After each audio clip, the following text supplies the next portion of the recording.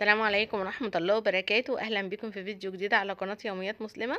اللهم بك أصبحنا وبك أمسينا وبك نحيا وبك نموت وإليك النشور. اللهم صل وسلم وبارك على سيدنا محمد. ازيكم حبايب قلبي، عاملين ايه؟ النهاردة بقى زي ما وعدتكم هنكمل مع بعض التحضيرات والتجهيزات للعيد ان شاء الله بإذن الله. يعني هنزل كده اشتري بقية المفارش عشان نعمل بقى ظراف المطبخ زي ما اتفقنا. انا جايبه لكم كده شوية مقتطفات من الفيديو حمسكم، وكمان هنفرش شوية حاجات سوا. بس في اول اليوم كده بصراحه اختي ربنا يبارك لها عدت عليا وجابت لي فطار حلو قوي كده، فقلت بقى ايه، الحمد لله الدنيا كانت رايقه عشان عارفه النهارده ورايا مشوار، انزل انجز حاجتي يعني واجيب الحاجات اللي انا ناقصاني ومحتاجاها عشان نشتغل بقى في الايه، في التنظيفات على طول ان شاء الله. ففطرت كده وبعدين بقى قلت هنزل هوريكم بعد اول ما ارجع ان شاء الله، اوريكم الحاجه اللي جبتها ونجهزها سوا، وبعدين على طول نخش بقى ايه على تظبيط المطبخ سوا ان شاء الله.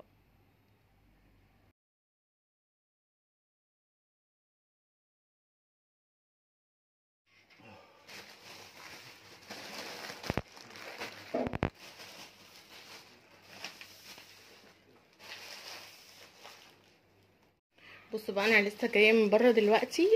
اول حاجه يعني انا رحت مخصوص امبابه، رحت سوق الفاكهه.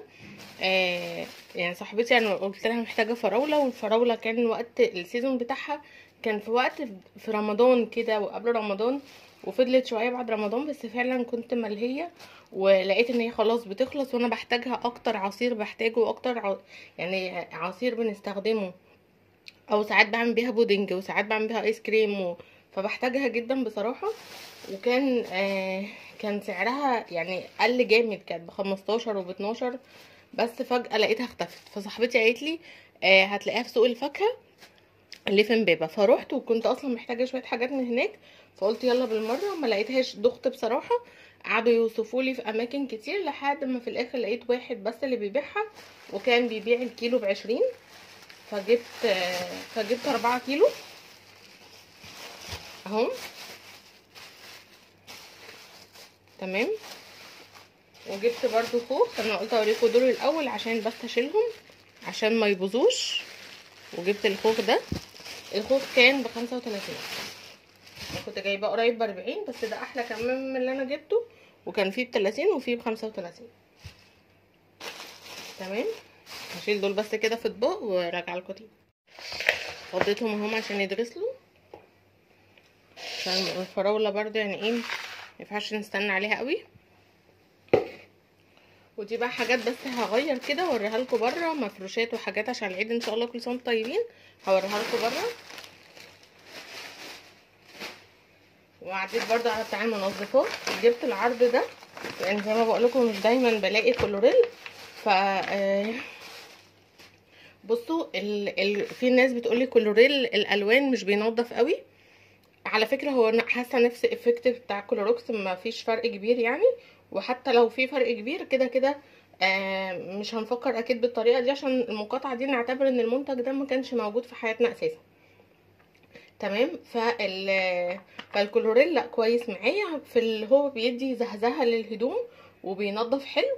ما تحطيهوش على الهدوم بشكل مباشر، يعني خليه مع درج المسحوق وكده، ولا بيزهزه وبينضف حلو. لكن لو فعلا في بقع جامده او غسيل مش نظيف قوي بصراحه، انا بحط كلوريل الابيض.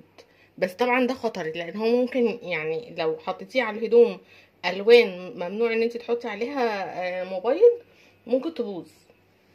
لكن انا بحط يعني مثلا زي غطا ازازه كده على علبه المسحوق، ويعني بعملها على الدوره بتاعه النقع، فلا ما شاء الله بينظف الغسيل جدا جدا.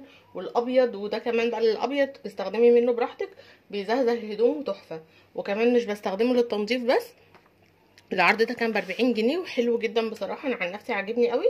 وكمان الكلوريل ده في ارضيه التويلت من فتره للتانيه بروح دلقه شويه بالفرشه الخشنه كده اللي هي بتاعت التويلت دي، واللي هي يعني اللي عامله زي فرشه البلاط بس بعصايه، دي جميله جدا برضو. فبدلقه كده شويه وبدعك بيه السيراميك بتاع الارضيه، بيفضل ما بيبقاش فيه بقى اي صفار ولا اي حاجه كده شكلها غريب. لا، بتحس ان الارض بتاعت الحمام بتبرق وبتفضل نظيفه كذا يوم. ف... فبصراحه دول ما بصدق اشوفهم يعني. فلما لقيت العرض ده قدامي جبتهم، لان انا بستخدم الاتنين كتير. وجبت برضو سبونشة، دي بستخدمها كتير في التنظيفات وكده، مش شرط للمواعين يعني. لو عندك حاجة مثلا كابوتونية، حاجة عايز تغسليها، حاجة زي كده، او حتى مثلا حاجة زي الحوائط والحاجات دي، فببقى محتاجة حاجة نوعا ما ناعمة وتكون بتمتص صابون كتير، فالسبونشة بتاعتها بتبقى كويسة. وجبت برضو باهي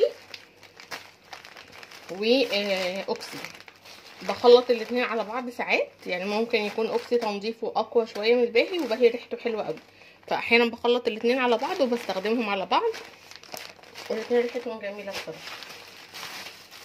وجبت ده كده صابون مواعين اللي هو سايب من عند بتاع المنظفات، ده برضو بخليه في ازازه وبخليه في التويلت، وعليه شويه ديتول، وبتبقى سهله بقى ان انت تعملي بيها التويلت يوميا، تعملي بيها الحوض، بترشي رشه كده وباي فرشه وبتدعكي، بتلاقي التويلت حلو قوي قوي ما شاء الله. وجبت برضو بريكس ده. بصوا انا بريكس ده شفته مره، لا يعني عبوات كبيره منه في هايبر وان، بس كان موجود بالصنوبر، ما كانش موجود غير بالصنوبر بس، ففتحته وشميته ما عجبنيش خالص، ومن ساعتها ما فكرتش اجربه. وبعدين قلت لا ده مصري وتقريبا تبع شركه ارما، فقلت لا الواحد ايه يديله فرصه. ولما لقيته كمان في منه اكياس صغيره، فقلت اجربه مش هخسر حاجه. طلع بجد تحفة، اللي باللافندر ده حلو جدا جدا، وريحته بجد تجنن. ونقطة منه كده على أرضية الحمام وتمسحيها، تحس ان طول اليوم التويلت ريحته جميلة، فحلو بقى للحاجات اللي زي كده. وكمان للأحواض والحاجات دي، لا ما شاء الله عجبني جدا، وان شاء الله بإذن الله في أقرب فرصة هجيب منه بقى العبوة الكبيرة. المهم بقى زي ما انتم شايفين الجو حر ازاي، وبجد الحاجه كانت في الشنط. قلت لا قبل ما اعمل اي حاجه في الحياه انا اغسل الحاجه دي، نقعتها بس شويه خل. قلت عقبال بس ما ايه ما اغير هدومي وكده يكونوا اتنقعوا، ادخل اغسلهم واشيلهم على طول. فبصوا الاكياس دي كنت جايباها من درب البرابره، ما شاء الله عمليه جدا. ما بتخليش الحاجه تكرف، وما بتخليش الحاجه تلزق في بعضها، بس هي بتتباع بالكيلو. فجبت مش فاكره كان ساعتها ربع كيلو ولا نص كيلو بس، وما كانوش غاليين، كان مش عارفه في حدود 100 جنيه. والله ما فاكره اسعار، كمني كنت نازله اجيب حاجه رمضان، فما ركزتش قوي، بس اللي انا فاكراه ان هي تعتبر هتوفر اكتر بكتير جدا من الحاجات المغلفه اللي موجوده في السوبر ماركت. وفي منها احجام كتير بقى، ان انت تنقي الحجم ويوزن لك بالكيلو زي ما انت عايزه. ف... فحطيت فيها الفراوله كده، بحيث ان انت تفتحي وتاخدي لو مش عايزه يعني، مش لازم تاخدي الكيس كله، هتفتحي تاخدي حبه وتقفلي تاني. زي ما بقولك ما بيلزقوش في بعضها، بتحافظ لك عليها من اي روايح. والفراوله اصلا ما كانتش بصراحه عجباني، بس قلت مش مشكله، ده احنا يعني في اخر السيزون، يعني كتر خيرها اصلا هي واصله للمرحله دي، بس كانت صغيره كده وغسلتها بصعوبه يعني. نقيت بقى منهم الكام واحده الحلوين دول، حطيتهم بقى في العلبه دي عشان بتحافظ على عمرها اكتر، وكمان دي تبقى للاكل. وقلت بما اني عايزه ادخل الحاجه التلاجة، فحسيت التلاجة زحمه كده، رتبتها ونظمتها شويه، وطلعت البطيخه دي كده اقطعها عشان ايه التلاجة تكون يعني اروق واهدى، وكمان تكون كده سهله في الاكل اكتر يعني. فظبطت الحاجه كده وقلت ادخلهم بقى التلاجة. بصوا اليمامتين دول مونسيني جدا، دول فاكرين اليمامه اللي كانت هنا، اللي قلت لكم كانت قاعده على البيض، كان في بيضه كده هي رمتها وقعدت على الاتنين دول، وفي الاخر بقى كانوا صغننين خالص، وما شاء الله دلوقتي كل يوم بيكبروا بقى، متابعينهم انا وعمر. المهم بيونسونا جدا بصراحه. المهم بقى اوريكم بقى الحاجه اللي جبتها. طبعا الاعياد دي يعني الحمد لله والشكر لله على نعمه الاعياد والحاجات اللي بتجدد لنا يعني مودنا فعلا بصراحه. بتحمس الواحد كده ان هو ايه يعني يعني يبقى عنده طاقه ايجابيه كده، واللي هو لو انت مكسله على حاجه لا تقومي تعمليها. فانا نازله عشان اجيب الفراوله اساسا، وقلت هناك انا عارفه ان في بتاع مفارش اللي انا كنت عايزه اجيبها للمطبخ. لقيت جنبيه بالظبط بقى واحد بتاع مفارش، اللي هي اللي انتوا شايفينها دي. انا المفارش بتاعت اوضه النوم الفرو بصراحه زهقت منها، في ان هي اولا ملمسها نوعا ما بتحرر شويه في الشتاء، سوري في الصيف. وكمان لما بغسلها بحس ان انا ايه ببقى عايزه افرح بشكل الاوضه كده، اللي هو انا غسلت المفارش عايزه برضو الاوضه يكون شكلها حلو، ما تبقاش الحاجه فاضيه كده لحد ما افرش لها مفارش تاني. وحتى لو محطتش مفارش الازاز بتاعي شكله بفضل الله كويس، بس الواحد بيحس ايه لا انا عايزه افرش كده واظبط وتبقى الاوضه احسها خلصت يعني. فقلت لا, لا كويس ان انا اجيب لها غيار هيكون افضل. بس ما كانش فيه اي اشكال مفارش كانت عجباني خالص. فشفت دول حسيتهم لا يعني سيمبل كده وهاديين، وهيليقوا على الاوضه جدا، هما اوف وايت شويه كده. اوف وايت فاتح في اوف وايت غامق سنه، بس بصراحه الدانتيل بتاعهم وشكلهم عجبني جدا. هما كان سعرهم 180، واحد كبير للتسريحه واتنين للكومودين. بس انا الشنطه بتاعت المفارش بتاعت اوضه النوم ما كانش مكتوب عليها اي عنوان، فقلت اوريكم بتاعت المحل اللي جنبه اللي انا جايبه منه بقيه الحاجه، مكتوب عليها العنوان اللي هو اول عنوان ده اللي هو في شارع المنيره. هو بقى المحل ده لازق فيه بتاع المفارش، اساليه كده هيقولك في الشارع اللي جنبي، يعني تحودي بس كده هتبصي تشوفيه يعني. بس فعشان عشان يعني لو حد حابب يجيب منهم او حاجه. وبعدين بقى لقيت بقى الحمد لله المفارش اللي انا قلت لكم عليها الفيديو اللي فات. جبت الاول فرع الزرع ده. فرع الزرع ده حكايته حكايه ان انا اصلا كنت معلقه عندي على على سور الحديد اللي في البلكونه، كنت معلقه عليه شبكه خشب كده وفيها برضو زرع، كان شكلها جميل جدا وكانت عاجباني. ابتدت تتكسر وفي مسامير منها بتطلع. عمر اتعور فيها يوم، وانا الموضوع ده انتوا عارفين يعني وترني جدا. طبعا انتوا عارفين لو حد لا قدر الله اتعور بمسمار مصدي فدي حاجه خطر جدا. فاتصلت بواحده صاحبتي صاحبه اختي يعني، هي دكتوره. فقلت لها يعني انا مخضوضه ومش عارفه انزل اديله حقن التيتانوس ولا اعمل ايه. قالت لي بصي هما التطعيمات اللي هما بيبقوا واخدينها وهما بيبيهات بيبقى فيها ده، فهو عنده كام سنه. فقالت لي لا ان شاء الله باذن الله مش هيحتاج، بس اديله مضاد حيوي افضل، يعني ما ينفعش ان انت تسيبيه من غير مضاد حيوي، بس عشان تبقي مطمن. قلت لها خلاص ماشي. فقلت لا بلاها خالص، انا مش ناقصه روشه بصراحه. أنا الحاجات دي بتوترني جدا. رحت شلت الشبكه. بصوا بقى قولوا لي رايكم في الجمال والرقه والهدوء ده.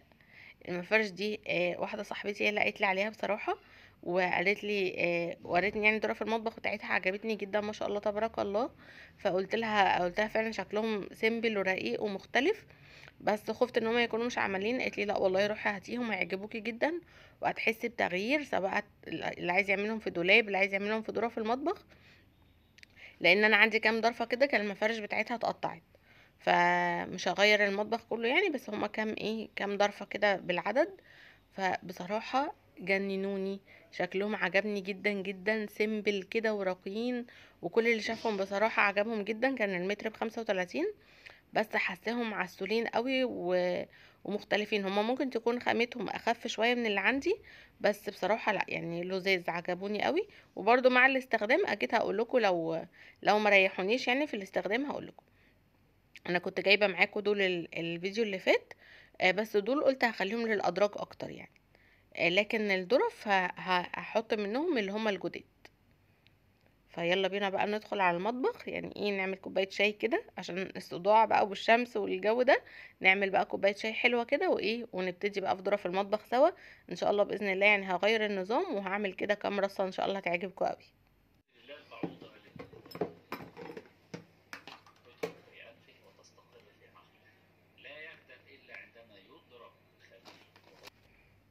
قلت بقى بصراحه كان الغسيل الباسكت كده ايه، عارفين الحمد لله بفضل الله سبحانه وتعالى من ساعة ما جبت الغسالة وانا يعني باسكت الغسيل يعني الحمد لله والشكر لله ما وصلش للمرحلة اللي كان ايام الغسالة القديمة يعني. ايام ما كانت الغسالة بتبوظ مني كتير. فاللي هو ببص كده لقيت باسكت الغسيل ايه، لا اللي هو ابتدى يتملي على الاخر، وقلت لا لا لا لا. انا المنظر ده مش هقدر استحمله تاني. فقلت لا انا قبل ما اشتغل في اي حاجة احط كده حاطة في الغسالة تشتغل مع نفسها. وكان في كام حاجة كده واقع عليها بقعة كاكاو، فقلت بقى اعملها على دورة النقع. يعني هي بصراحة الدورة دي بتريحني نفسيا جدا وبحس ان الغسيل بينضف فيها. هو انت مش بتظبطي اي حاجة، انت بتدوسي بس على الزرار بتاع النقع وهي بتعيش حياتها مع نفسها بقى، بتنقع وبتغسل وبتشطف وبتظبط لك الدنيا يعني. فقلت احط كده المسحوق عليه شوية كلوريل الوان. وهنا كان المعطر ده ابتدى يخلص كده، فخففته بشوية مية وحطيته. كان بتاع ماي واي. بصراحة اغلب معطرات الهدوم اللي جبتها من ماي واي بصراحة كل واحد بيبهرني اكتر من التاني، فبيعجبوني جدا جدا. ان شاء الله باذن الله اجيب واحد قريب. وبعدين بصوا بقى انت يا دوبك بتدوسي على زرار التشغيل وبتدوسي بس على برنامج النقع وبتدوسي ستارت بس كده وهي بتشتغل مع نفسها.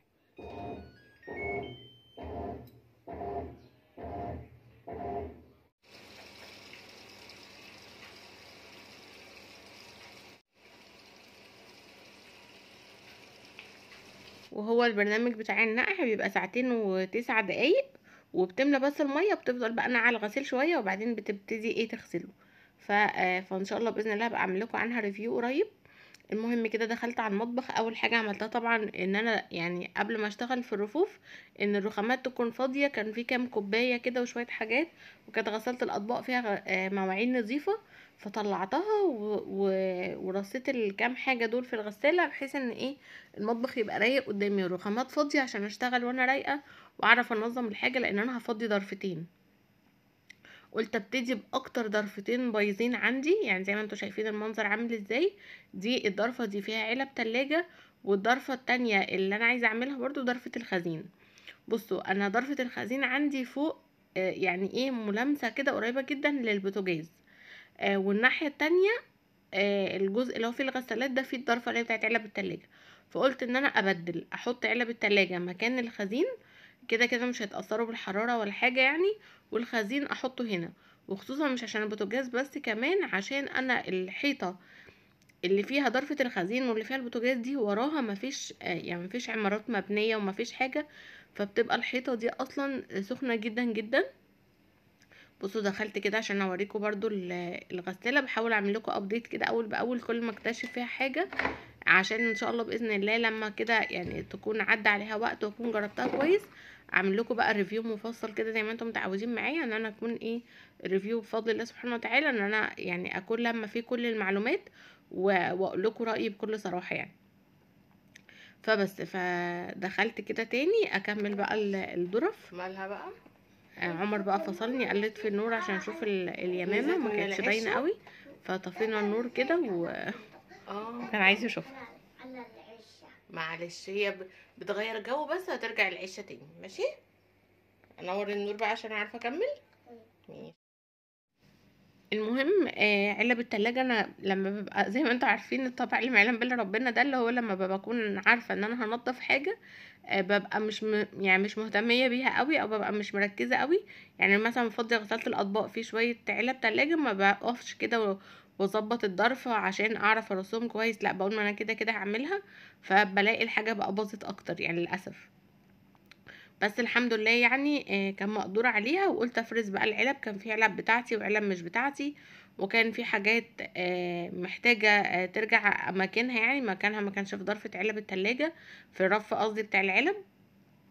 وكنت حابة ان انا احط العلب، مش عايزة ادخل علب في بعض تاني لان بتوه مني، وببقى وقت رصها بيبقى سخيف، فقلت لا انا احط كل علبة بغطاها، وبحط بس اهم علب انا بستخدمها او اهم علب انا محتاجاها، وبعدين ابقى يعني اي علب تاني زيادة ممكن احطها في ظرفة تانية كده عندي في اخر المطبخ نوعا ما فاضية شوية، بس يبقى العلب عندي سهلة في الاستخدام.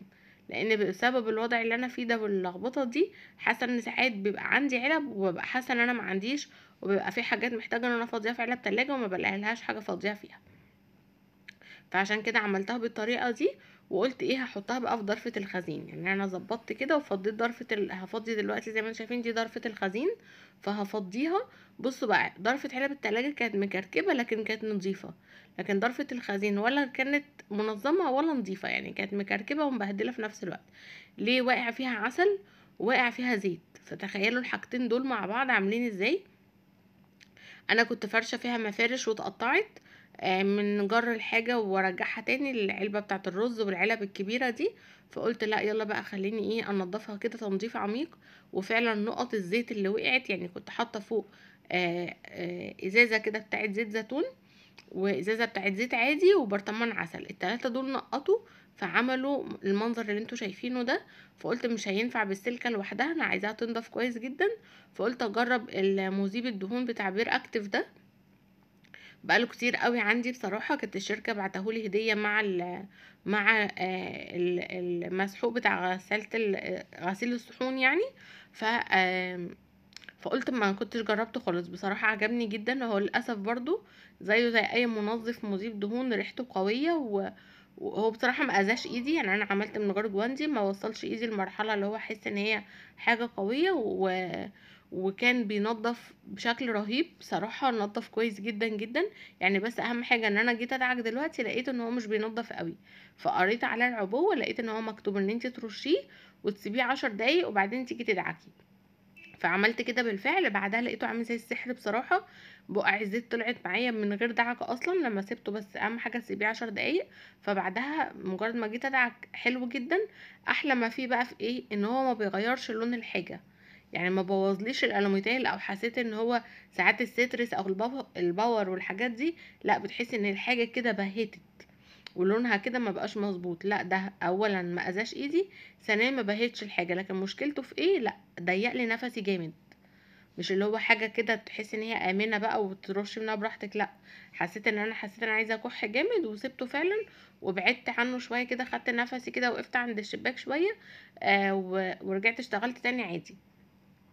لكن هو مش اللي هو حاجه بقى اللي هو يعني طبيعية مثلا او حاجة اللي هي مش مؤذية، لا هو مادة كيميائية طبعا وقوية. بس يعني بالنسبة لي احسن لي بكتير قوي من الباور والستريس بصراحة. فبس، وجبت برضو المية السخنة دي كده والسلكة، قلت عشان ايه انضف بقى اللي تبقى الضرفة دي فعلا لما ارص فيها علب التلاجة، اكون شلت بقى اي بواقي زيت ولا اي اثر لاي دهون ولا اي اثر لاي حاجة، وتبقى زي الفل ونظيفة. وزي ما بقولكوا خصوصا ان هي فوق البوتاجاز، فكمان كانت من بره محتاجة تتظبط، فما شاء الله اللهم بارك، نطفت وبقت زي الفل. بعد ما دعكتها كويس، جبت برضو ميه كده بشويه خل، لان الخل في الشطفه الاخرانيه دي بحس ان هو بيخلي الحاجه كده تزيق، وبتبقى فعلا متعقمه كده ونظيفه، وتبقي مرتاحه نفسيا منها. فهشطف بقى مره واتنين وتلاته لحد ما احس ان الدنيا تمام. وبعدين ايه بقى، جبت الفوطه دي انشف بيها. بصوا انا عندي طبعا الفوط بتاعت ايكو واي، وعايزه اعمل لكم ريفيو كده كامل، يكون فيديو شامل وكامل فيه كل الفوط، واكلمكم عنها بالتفصيل. بحبها جدا جدا، وايدي ورجلي في المطبخ في حاجات كتير، لكن في التنظيف العميق مش بحب اجهدها معايا، او مش بحب ابهدلها، وخصوصا ان هي انت بتستخدميها من غير مواد كيميائيه. فما بيكون عايزه اعمل تنظيف عميق وفيه رغاوي بقى وصابون وحاجات زي ما انتوا شايفين اللي انا مستخدماها كده، فبستثنى خالص الفوط بتاعت ايكو بي عشان احافظ عليها اطول فتره ممكنه، عشان هي برضو سعرها مش رخيص، لكن بصراحه هي معمره جدا لو انت حافظتي عليها. المهم بقى جت اللحظة بقى اللي بصوا اللي هي بتحمس جدا فعلا والله العظيم سبحان الله. بموضوع ان انت تنضفي وفي الاخر تفرشي حاجة جديدة. يعني انا عايزة اقول لكم ان انا من دلوقتي نفسي امسك اوضة النوم كده، امسحها مسحة محترمة واظبطها وافرش بقى المفارش الجديدة من كتر ما انا متحمسة. وبرضه كنت متحمسة قوي، حاسة بجد المفارش لونها مع، يعني مع لون المطبخ مع مع النظافة، لا ما شاء الله اللهم بارك، بجد تحفة. حاساها بتلمع كده ونظيفة ورقيقة، وشكلها عجبني جدا. درجات الالوان بتاعتها حاساها بجد خلت المطبخ فعلا شكله اختلف خالص. يعني ما شاء الله اللهم بارك، عجبتني قوي. فالمهم خلصت كده الحمد لله وفرشتها، وقلت بقى ايه احاول بقى ارص العلب رصة كويسة. ما كنتش عارفة هل الضرفتين دول هم نفس السعة بتاعة الضرفتين التانيين اللي كانوا محطوطين فيهم، وهيشيلوا الحاجة ولا لا. قستهم لقيتهم هم، فقلت ان شاء الله هيشيلوا الحاجة بنظام يعني. وانا زي ما بقول لكم خفيت، يعني مثلا كان في كذا دورق هنا شلتهم، وقلت اخلي ده بس ايه الحاجات اللي هي الجزء اللي فوق ده الحاجات اللي ايدي مش فيها قوي، وتحت علب التلاجة كلها اللي ايدي فيها. فهنا حطيت بس اللي هي الاطباق اللي هي بستخدمها ساعات لما يكون في مناسبات او مكسرات او حاجات زي كده، والمنظم بتاع علب الجبن، وبرده العلبه بتاعت الرحلات والترمس. كل ده خليته في الرف اللي فوق اللي هو بعيد عن ايدي شويه. وتحت بقى قلت ارص الرصه دي. حطيت ورا الطقم ده من العلب برضو حلو عملي والسعه بتاعته كبيره. وهنا بقى حطيت العلبه دي، وقلت احط فوقيها بقيه الطقم. طبعا كنت الطقم ده جايباه من ايكيا قبل المقاطعه، فكان في العلب الصغيره دي برضو بصراحه بحتاجها كتير قوي، فقلت اخليهم كده وبس. زي ما هتشوفوا بقى الرصه ان شاء الله باذن الله تعجبكم. حاساها بقى ايه يعني، المميز فيها ان هي مريحه، وان هي مبينه لك ايه اللي موجود، مش حاجات جوه بعضها. انا عارفه الموضوع ان حاجات جوه بعضها، يعني احيانا انا جربت بصراحه مع علب التلاجة دي كل حاجه، اللي هو تحطي العلب جوه بعضها، او تخلي الغطيان في مكان والعلب في مكان و... وكده. مش عارفه، بحس ان ايه، ساعات فعلا بنسى، يعني ساعات بنسى ان انا عندي الحجم ده، اقعد الف على حاجه احط فيها ملاقيش وهي اصلا العلب موجوده. فقلت لا، خليني دول كده اكون فرداهم في المكان ده، طالما الحمد لله المساحه تسمح، يبقى خلاص ايه اخليهم كده، اكون هعرف استخدمهم افضل. بصوا بقى قولوا لي بقى رايكم الفرق بين المنظر الاولاني فعلا سبحان الله، النظافة من الإيمان فعلا. والنظام بيوفر الوقت بشكل رهيب. يعني لو انت الحاجة هتاخد منك 10 دقايق، انا مثلا هتيجي مثلا جاية من بره وجايبة حاجات من السوبر ماركت وعايزة تفضيها، تخيلي بقى في منظر العلب الأول المكركب ده، ساعة عقبال ما تعرفي تظبطي حاجتك وترصيها في التلاجة. لكن كده في ثواني. حتى الخزين برضو والله مش عارفة من كام يوم كنت عايزة اعمل لسان عصفور، وقلت ده انا ما عنديش لسان عصفور، واتاري عندي اصلا بس مش باين من الدربكة. فالواحد لما بيستنى على الحاجة بصراحة بتتقل عليه كده. لكن قلت بقى يلا الحمد لله، دي انت شجعت اهو. ودخلت كده على الضرفة التانية، دي بقى الضرفة اللي كان فيها علب التلاجة. تمام، هي كانت نظيفة خالص، محتاجة بس ايه تلميعة بسيطة كده. لمعتها. وبرده الجزء اللي من بره ده الايدين اللي استانلس، برش عليهم باللي هو هيبان شكله دلوقتي، هو منظف كده للاستانلس، فبيدي لمعة حلوة كده وبيدي كمان ريحة حلوة.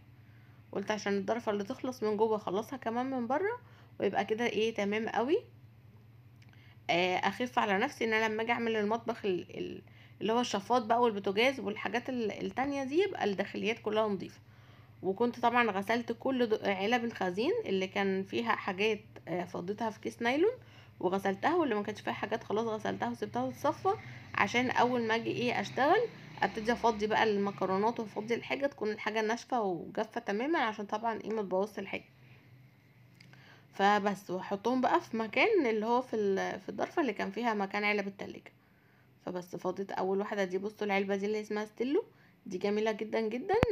من افضل، يعني هي نوع تركي، من افضل الانواع بصراحه. الغطا بتاعها سيليكون كده ومحكم الغلق، وما بيعذبكيش وانت بتقفليه، غير التانيين دول كنت جايباهم من رنين. يعني اللي هو ستيلو ده هو والعلبه بتاعه الرحلات كنت جايباه من محل اسمه سفرة، ليه فرع في المقطم وليه فرع اعتقد في اركيديا مول، مش عارفه لسه فاتح ولا لا، بس انا كنت جايباهم من هناك. لكن التانيين دول جايباهم من رنين، لا بصراحة العلب بتاعتهم مش حلوة. معرفش بقى فيه دلوقتي منهم بغطا سيليكون عند رنين ولا لا، بس يعني تمام. هم مقضيين الغرض، اللي هو الغطا بتاعهم بس صعب في قفله شوية. المهم كنت عايزة اكلمكم في حاجة بقى كده قبل ما نختم الفيديو. ممكن ما يبقاش في ناس كتير واخدة بالهم منها. يعني كنت بكلم واحدة صاحبتي و... ولفتت نظري الموضوع ده. يعني كان عندها مشكلة معينة مع ابنها. ابنها في سن اللي هو سن المراهقة. ف فكان في مشكلة معينة، وخدت رأيي اتعامل ازاي وكده. فقلت لها والله ده انا عايزة اقول الكلام ده في فيديو عشان الفت نظر ناس كتيرة جدا. بصوا، هي المشكلة مش في الامهات اكتر ما بيكون في الابهات في النقطة دي. ان هما بيتعاملوا مع الاولاد اللي هما الصبيان يعني، بيتعاملوا معاهم بشدية شوية. وبيبقى مقلقين مثلا على البنات، يقولك لا ما البنت ممكن لو انا قسيت عليها تدور بقى على الحب بره، او تدور على الحنية بره، واي حد يستغلها وكلام من ده. فتلاقيه بيبقى نوعا ما مش بيقسى قوي، يعني بتلاقيه برضو ايه في سنة حنية. وتلاقيه في ناس كتير مش قليلين بيقسوا على الولاد قسوة مش مبررة حقيقة. مش عشان انت عايز ابنك مثلا يكون راجل او كده، او ان هو ما يبقاش فافي بقى ويطلع متدلع تروح تقسى عليه يعني الحنية حاجة والحزم حاجة. يعني ما فيش يعني افضل حاجة للتربية الحنية بحزم. اللي هو انا حنين جدا، ويعني انا قلت لصاحبتي انتي طول الوقت الولد بقى كان بيشتكي ومتضايق وواصل لمرحلة وحشة نفسيا، وحاسس ان هو مفيش اهتمام ومحدش بيحبه. اولا الولاد على فكرة لا، ممكن تلاقي حنية بره، ممكن اي واحدة مش كويسة. يعني في ما بنسمع كتير جدا عن ولاد، واعرف ناس شخصيا حصل معاهم كده، ولاد وشباب وكل حاجة مش بنات يعني. ورغم كده يعني يعني لفت عليهم واحدة مش كويسة، تكون مثلا ست مش محترمة وست مش كويسة، وتوهمه ان هي بتحبه وحنين عليه. فهو عشان فعلا مش لاقي العطف والحنية دول في اهله، بيبتدي ان هو يضيع مستقبله كله ويسيب دراسته، وممكن يروح يتجوز الست دي من ورا اهله وي... ويعمل اي حاجة تقوله اشرب حاجة يشربها، اعمل حاجة يعملها. فلا، كله محتاج حنية، البنات محتاجة حنية والولاد برضو محتاجة حنية. يعني افضل حاجه في التربيه عموما، ودي من وجهه نظري، ان انا اكون حنينه جدا. ووقت ما يكونش في حاجه تستدعي الشده ما بقى لا ابقى حنينه قوي، يعني مش حنينه عادي، لفلفه بقى واحضان وبوس وتهشكي في العيل. انا كنت لسه بقول لصاحبتي، انا بشوف امهات ما شاء الله تبارك الله بيبقى اولادهم الله اكبر شحوطه يعني ولاد كبار خالص، تقول له تعالى في حضني، انت هتمشي من غير ما تحضني، وتدلعه وتزغطه بايديها يعني فاهمين، دلع دلع. بس وقت بقى الجد يعني بتقولي مثلا طب افرض هو مش راضي يصلي وماسك التليفون، قلت لها انت كده كده مدلعه ومديه حنيه ومش هبقى حنيه. وقت حاجه زي كده قلت له سيب التليفون وقوم صلي مثلا، او سيب التليفون وقوم ذاكر، مش راضي فتشخطي فيه، وهات اللي في ايدك ده هاته، لما تصلي يبقى خده، لما تخلص مذاكرتك يبقى خده كده. بلاش بقى الكلام الكتير اللي هو انا عايزاك تكون معرفش ايه يعني الكلام اللي هو بيبقى مش في موضوع، يعني بتفهمي مره بس خلاص، ما تبقاش اغنيه بقى نفضل نعيد فيها كل شويه. لا، هي مره بتفهمي وطول الوقت حنيه، والوقت اللي بيبقى محتاج فيه حزم يبقى حزم، هات ده يعني هات ده، قوم دلوقتي يعني قوم دلوقتي كده، فاهميني؟ لكن اهم حاجه بس ان الابهات يبقوا فاهمين فكره ان مش عشان ولد يبقى اقسى عليه براحتي. يعني النقطه دي مهمه جدا جدا بصراحه. المهم بقى ايه رأيكم بقى؟ قولولي اهم حاجة رأيكم في الشكل العام كده للضرفة، شايفين اختلفت ازاي؟ ظبطت كده كل حاجة، والحاجات اللي هي يعني مش هتتحط في علبة، اكياس صغيرة او مشروبات او حاجات زي كده، حطيتها في منظم كبير. وبعدين بقى دخلت على الغدا، قلت اعمل بقى حاجة سهلة النهاردة بصراحة، اسهل حاجة يعني. اصلا أنا كنت نمت شوية وقمت على بالليل اعمل الاكل ده، لان عمر كنت عملت له كده يعني وسط ما انا بشتغل، عملت له مكرونه بالوايت صوص، ويعني كانت تصبيره بالنسبه له. وقلت على بالليل كان جوزي هيجي متاخر اليوم ده، فنمت شويه بصراحه عشان ما كنتش قادره، وقمت بقى عملت الاكله دي. قلت اعمل اسهل حاجه اللي هو فراخ ستريبس كده زي الكنتاكي، وبطاطس وسلطه بالخضار كده، اللي هي يعني قريبه من السلطه الروسيه. المهم التتبيله بقى اللي انا تبلت فيها البانيه، الوصفه دي موفره جدا عشان انت بتقصي البانيه بالطول، يعني القطعه ممكن تقسميها اصلا على 2 او على 3 بالطول. ونقعتها كده في شويه لبن ومستردة. المستردة دي طبعا كانت عندي من قبل المقاطعه، لكن افضل صوصات انت ممكن تجيبيها معانا صوصات ادمي بجد، روعه روعه روعه، المايونيز والكاتشب والصوص الباربيكيو تحفه. وبرده المستردة ما تخلص من عندي هجيب منهم. المهم ان انا حطيته بس في لبن، والبانيه حطيته في لبن ومعلقه توم وشويه مستردة، وتسيبيه كده متبلين شويه، وبعدين تبتدي تحطي دقيق عليه معلقه بيكنج باودر بس، وتقلبيهم على بعض، وتبتدي تحطيه فيه وتقليه. وبعدين هنعمل مع بعض السلطه. السلطه دي اسمها السلطه الروسيه، او يعني يعتبر يعني جزء من التتبيله كده. السلطه الروسيه بتحط عليها حاجه تانية، بس انا بحط عليها دول بس، بالنسبه لي احسن بكتير.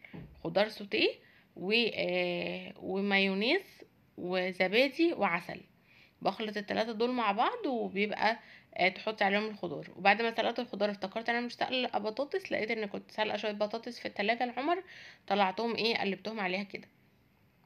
وقلت احمر شويه بطاطس في الاير فراير. دي الماركه دي اسمها ماركه الفيروز، دي برضو معانا. هي ممكن تكون يعني بحس ان هي نوعا ما مجلده شويه، بس مش مشكله طبعا. وقلت اجرب برضو فريش جاردن، شفتها عند كازيون، هبقى اجربها واقول لكم رايي فيها ايه. بس وعملت رز عادي خالص، مش رز الريزو، يعني هي الاكله دي قريبه جدا من كنتاكي، بس الرز عادي مش رز الريزو. قلت حطيت صوص الباربيكيو كده جنب الاكل، قلت اللي عايز يحط يحط، واللي مش عايز ما يحطش، عشان مش كل الناس بتحبه، بس انا عن نفسي بحبه قوي. بس كده، ويا رب بقى يكون الفيديو النهارده عجبكم وتشجعنا مع بعض. واستنوا بقى ان شاء الله باذن الله بقيه التحضيرات نحضرها سوا، واشوفكم في فيديو جديد ان شاء الله. والسلام عليكم ورحمه الله وبركاته.